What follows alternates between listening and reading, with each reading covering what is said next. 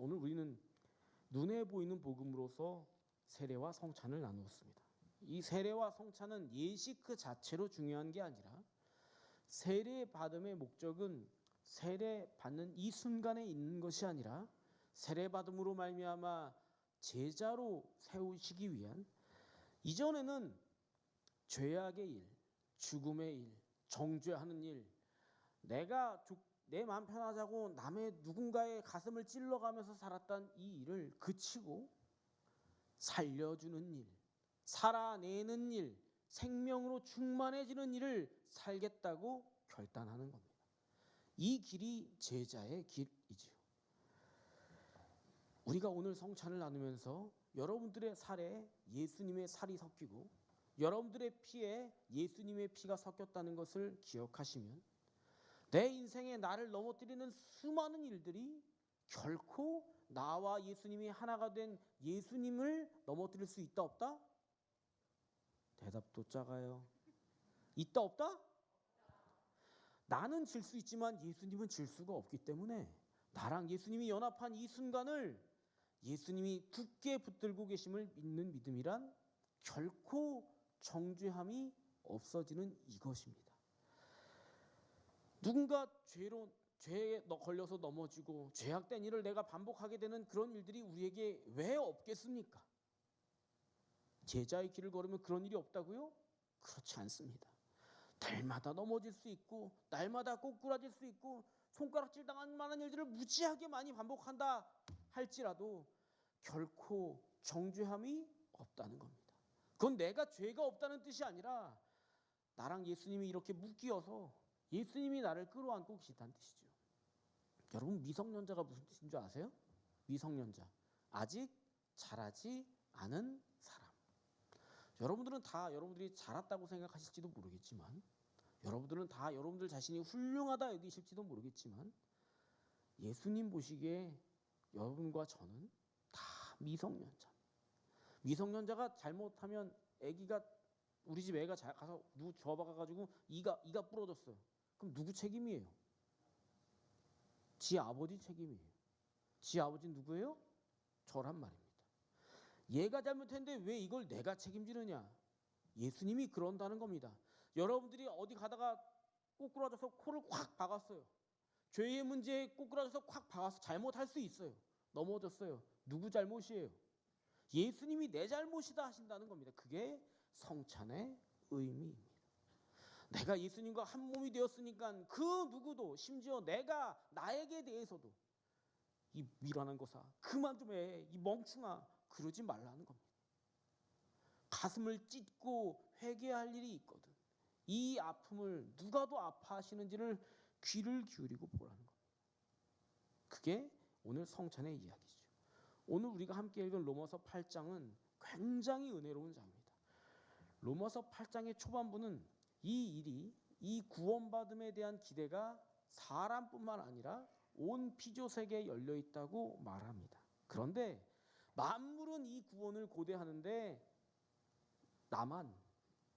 우리만, 저 자신만 하나님의 구원을 믿지 못하는 겁니다. 만물이 고대하는 이 구원을 누리고 있으면서도 그래도 내가 잘못했는데 내가 나를 정죄하고 나도 깜빵 갔다 오고 나도 수고하고 내 아버지가, 내가 이빨 부러뜨렸지만 내 아버지가 물어줬는데 나도 아르바이트해서 물어줘야 되고 갚아야 되고 그러고 있다는 겁니다. 로마서 8장의 마지막 부분인 오늘 본문은 그러나 그런 만물이 고대하는 이 구원을 누리고 있는 너는 어떤 사람이냐를 말해주는 거죠. 누가 우리를 그리스도의 사랑에서 누가 끊어낼 수 있느냐고 우리에게 말하는 겁니다. 아니, 자기 아들을, 독생자를 아까워하지 않고 우리한테 내주신 분이 그 밖에 모든 것들을 어찌 안 주시겠냐고 말하는 거죠. 여러분, 우리가 로마서의 이 구절을 읽을 때 가슴이 두근거리고 벅차오를 겁니다. 모르겠어요. 한 번도 안 읽어본 저 이만경이 있는 벅차오르지 않을 수도 있겠지만 벅차오를 겁니다. 그것은 뭐 때문이냐면 로마서 안에 담긴 하나님의 지혜가 여러분과 제 생각을 다 모아서 기기묘묘하게 잘 짜맞춰가지고, 여러분 그런 거 좋아하실지 모르겠어요. 뭐 제1원리, 제2원리 뭐 이런 거 확 착착착 공부해가지고 제자훈련 1단계, 2단계 막 그런 거 좋아하실지도 모르겠어요. 그런 걸 막 짜가지고 잘 디자인한 여러분들이 배웠던 모든 지혜를 다 동원해도, 여러분들의 모든 생각을 다 동원해도, 여러분들이 막 뛰어난 대차대조품 만들 수 있어서 내가 잘한 거, 못한 거, 잘한 거, 못한 거 다 계산해도 그 모든 계산까지 압도해버리는 게 있다는 겁니다. 그게 뭐냐면 하나님의 사랑이라는 겁니다. 하나님의 사랑이 우리의 모든 계산법을, 지혜를 압도하고 복음의 정수로 매겨지는 것이 로마서에 나오는 하나님의 사랑, 은혜라는 겁니다. 이 사랑은 사람들이 말하는 그냥 감정 덩어리가 아닙니다. 사람들이 사랑이라고 생각하는 감정 덩어리라고 만들거나, 혹은 사람들은 사랑을 자기의 욕망을 채워주는 것을 사랑이라고 말하기도 하지요. 둘 다 진짜 사랑은 아닙니다. 사랑은 뜨겁지만 엄하신 사랑, 아버지 하나님의 사랑이죠. 내 아들 대신 내가 매질을 당하고, 내가 침뱉음을 당하고, 내가 채찍에 맞고, 내가 십자가에서 물과 피를 다 쏟으면서까지도 내가 내 아들이 그 십자가에 달려 죽는 것을 보게 되기까지도 너를 내 자녀로 만들고 싶다고 말씀하시는 그런 사랑입니다. 여러분들이 세례를 받았다 하는 것은, 여러분들이 성찬을 나눈다 하는 것은 그런 새로운 자녀로서, 새로운 생명의 존재로서 살게 된다는 뜻이죠. 이 일은 물론 그렇게 말처럼 쉬운 일은 아닙니다.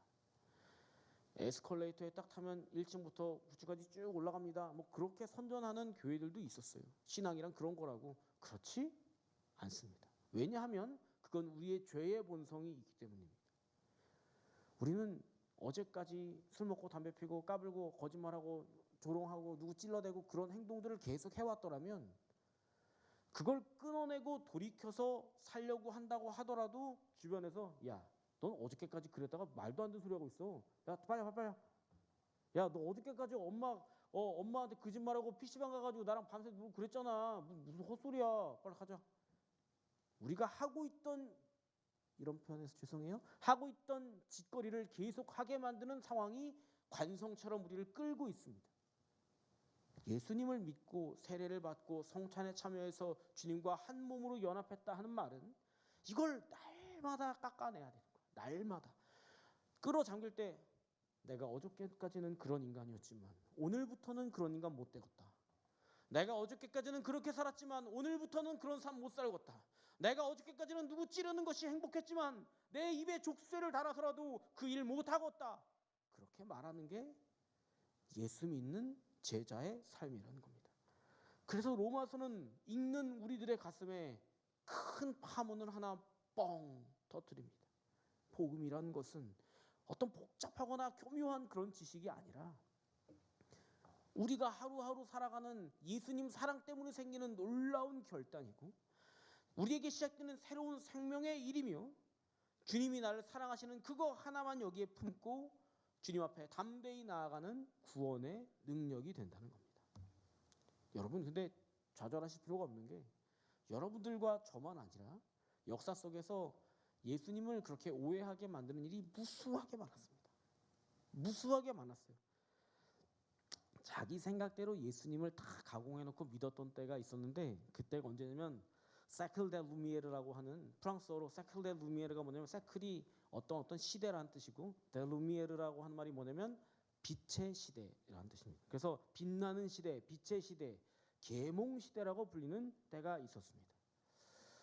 고전의 17세기의 르네상스 혁명 이후에 사람들은 중세 시대 때 교회들이 확 눌러가지고 시킨 대로 해, 꼼짝 마, 하라는 대로 하, 이게 신앙이야, 이렇게 말했던 곳에 막 엄청 저항감이 있었습니다. 그래서 그런 폭정에 지친 나머지 차라리 내 힘으로 내가 나를 구원하겠노라고, 인간이 역사의 주인이고 역사를 이끌어가겠노라고 말하던 시대가 이 초기 계몽주의 시대입니다. 자기 힘으로 유토피아를, 낙원을 이 땅에 만들 수 있다고 믿었어요.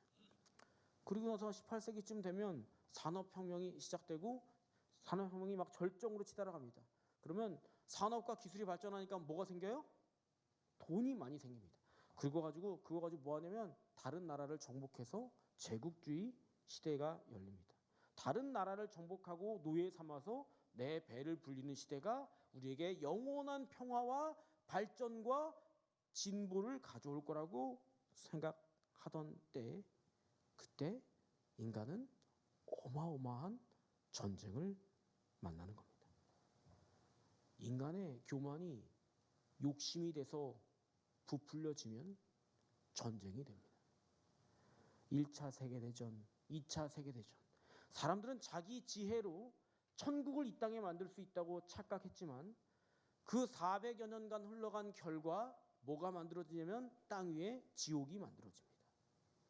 불바다가 만들어지고 피비린내가 가득한 아비규환이 땅 위에 내 가정에 내 이웃에 생기는 겁니다.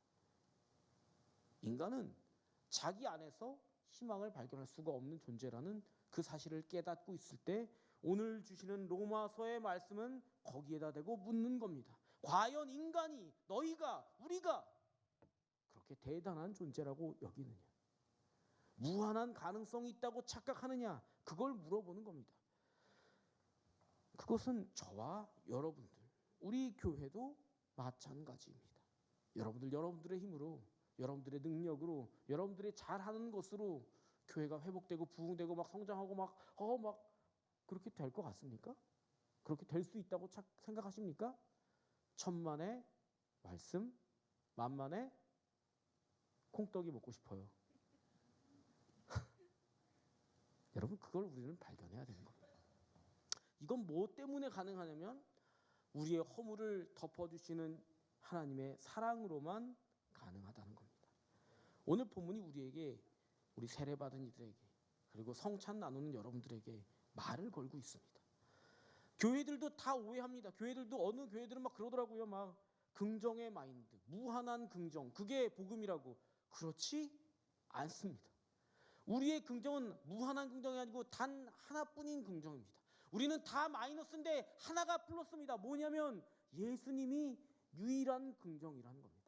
내 어디를 봐도 긍정할 게 아무것도 없는데 예수님 때문에 내가 긍정이 된다는 겁니다. 그게 로마서에 나오는 복음의 정수, 하나님의 사랑에 대한 이야기입니다.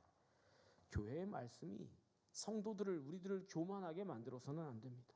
여러분, 그 작은 틈바구니, 야, 그래도 내가 뭐 한 게 좀 있어야지, 내가 좀 뭐 똑똑해지고 지혜도 좀 있고 그래갖고 알아야지, 이런 걸 알아야지 구원받는다고 해야 뭐가 좀 있어 보이지. 있기는 개뿔 뭐가 있어요? 이단만 있습니다. 거기 여러분이 말하는 구원파 이단들은 다 내가 뭘 대단한 걸 알고 대단한 걸 하면 나머지는 다 해도 괜찮아. 그게 구원파 이단들이 논리입니다. 로마서가 말하는 율법과 은혜를 잘 정리해서 다시 말하면, 로마서가 바울이 말하는 율법이라는 건 뭐냐면 똑같이 믿음 신앙생활이라고 하는데 이게 내 중심이야. 내가 가운데 있어. 잘 하나씩 까보면 뭐가 핵심이냐면 자기가 그 안에 있어요.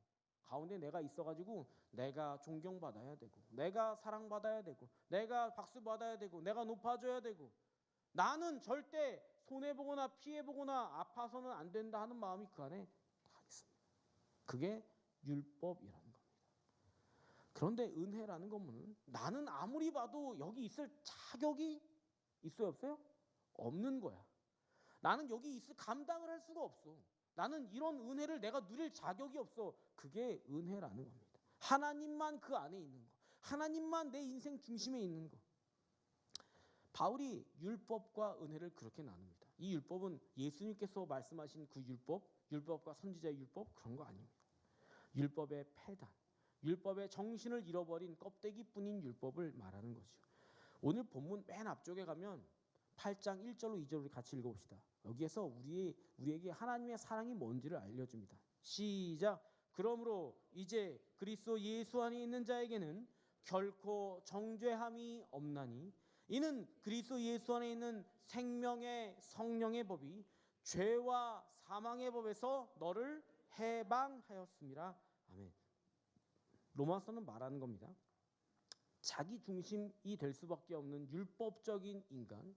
이건 뭐 유대인들의 율법만 말하는 게 아니에요. 여러분과 저도 날마다 이 율법적인 인간으로, 율법적인 신앙으로 굳어져 갈 때가 있습니다.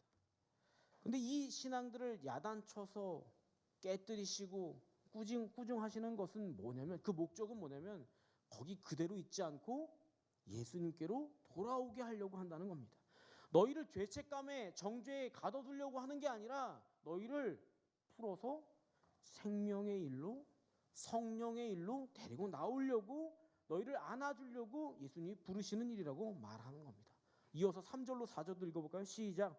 율법이 육신으로 말미암아 연약하여 할 수 없는 그것을 하나님은 하시나니 곧 죄로 말미암아 자기 아들을 죄 있는 육신의 모양으로 보내어 육신의 죄를 정하사 육신을 따르지 않고 그 영을 따라 행하는 우리에게 율법의 요구가 이루어지게 하려 하심이니라. 아멘. 예수님이 몸을 입고 사람이 되신 이유는 한 가지뿐이라는 겁니다.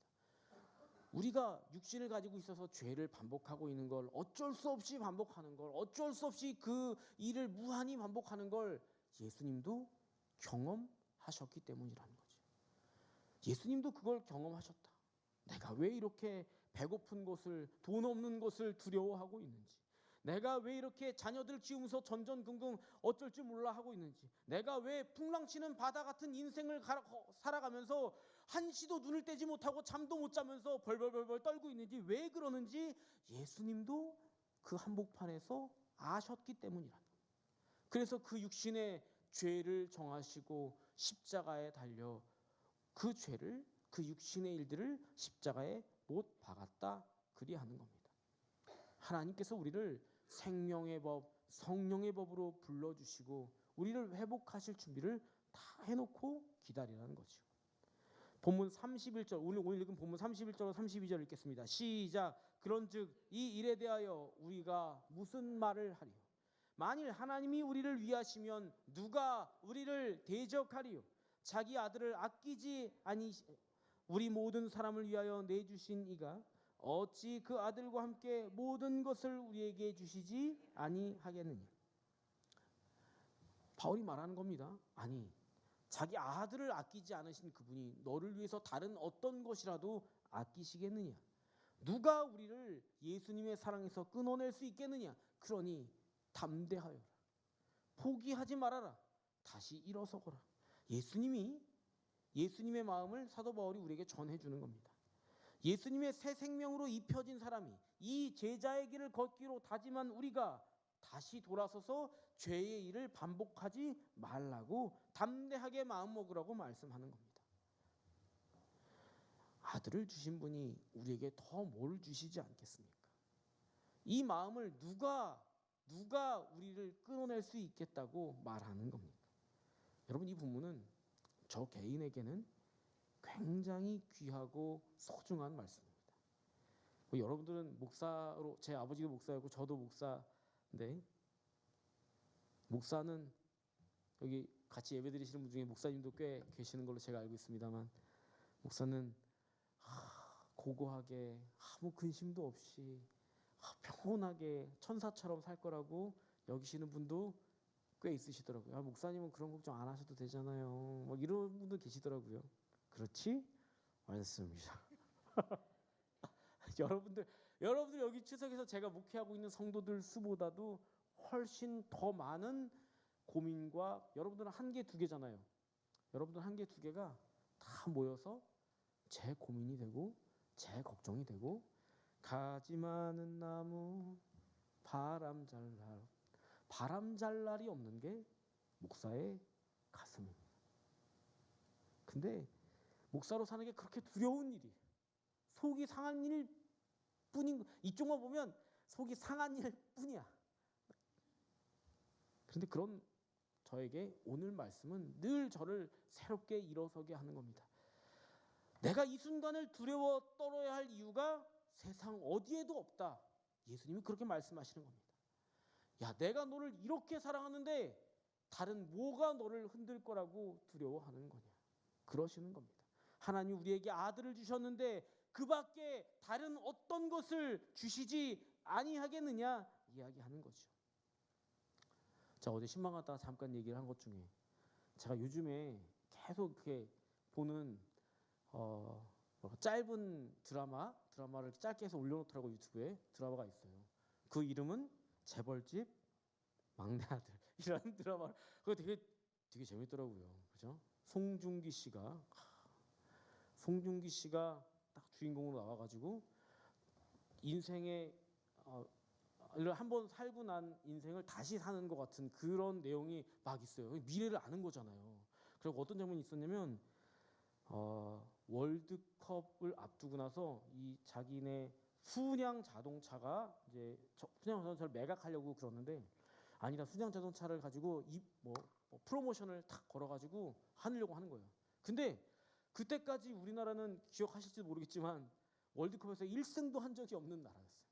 그러니까 월드컵 4강에 가면은 뭐 1000대 막 이렇게 막 프로모션을 거니까 다들 주변에서 이러는 거죠. 거기서 월드컵 4강이란 말이 나오는 순간 뭐 저런 정신 나간 놈이 있나 하는 눈빛으로 서로를 바라고 만류하는 거죠. 그 말은 참 못 꺼내는데 다 만류하는 거죠. 뭐 하는 거예요? 막 이러면서 다 만류. 심지어 자기 형도 야 이거 오타 났어.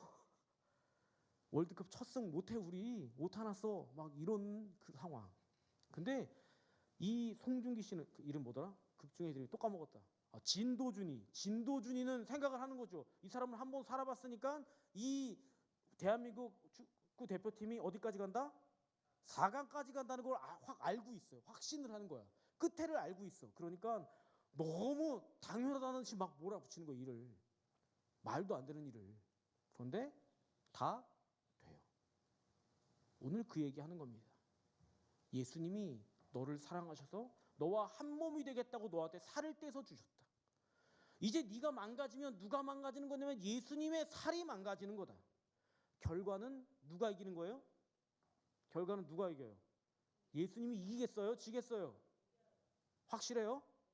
한 분만 확실한 것 같은데. 예수님이 이긴다고 확신합니까? 저는 확신합니다. 결론은 뭐가 됐든 간에 결론은 예수님이 이긴다는 겁니다.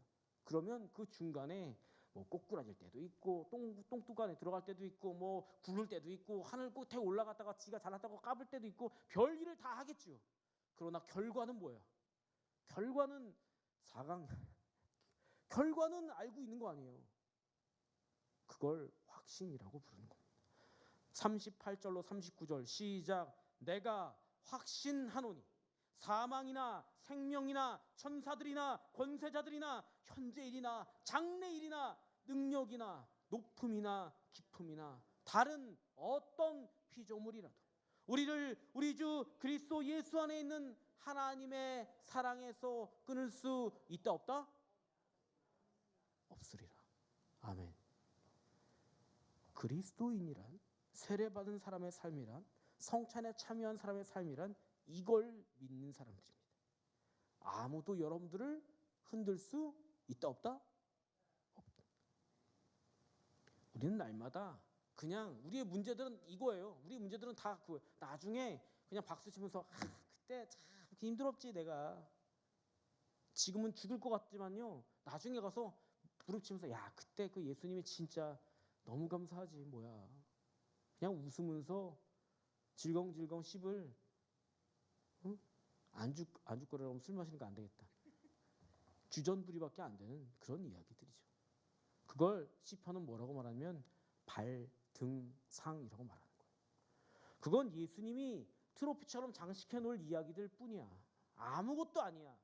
나중에 그거 그냥 웃으면서 얘기할 때 있을 거야. 그거 아무것도 아니야. 사랑하는 은혜의 서북교회 성도 여러분, 우리가 주님을 믿는 분 맞죠? 근데 그 주님이 우리를 위해서 아들을 내어주신 분이랍니다. 세상 뭐가 더 문제입니까? 아들까지 주셨는데 결코 우리와 하나님 사이를 끊을 수가 없다는데 뭐가 걱정입니까? 날마다 우리의 모든 문제는 날마다 더 그 은혜의 깊이를 확인하는 일밖에 안 됩니다. 날마다 내가 얼마나 더 많이 사랑을 받고 있는지 확인하는 작업밖에 안 되는 거예요. 그건 그냥 예수님이 이루실 승리의 전리품, 트로피, 발등상쯤 되는 이야기죠. 사랑하는 은혜들 서북교회 성도 여러분, 특별히 오늘 세례를 받으신 6분과 성찬에 참여하신 우리 성도님 여러분은 하나님의 몸이고 지체고 교회입니다. 그러니 로마서의 말씀에 용기를 내십시오. 멈추지 마십시오. 담대해지십시오. 더욱더 주님의 나라를 여러분들의 인생에 세워가기를 포기하지 않으시는 저와 우리 은혜의 뜰 모두가 될 수 있기를 주님의 이름으로 축복합니다.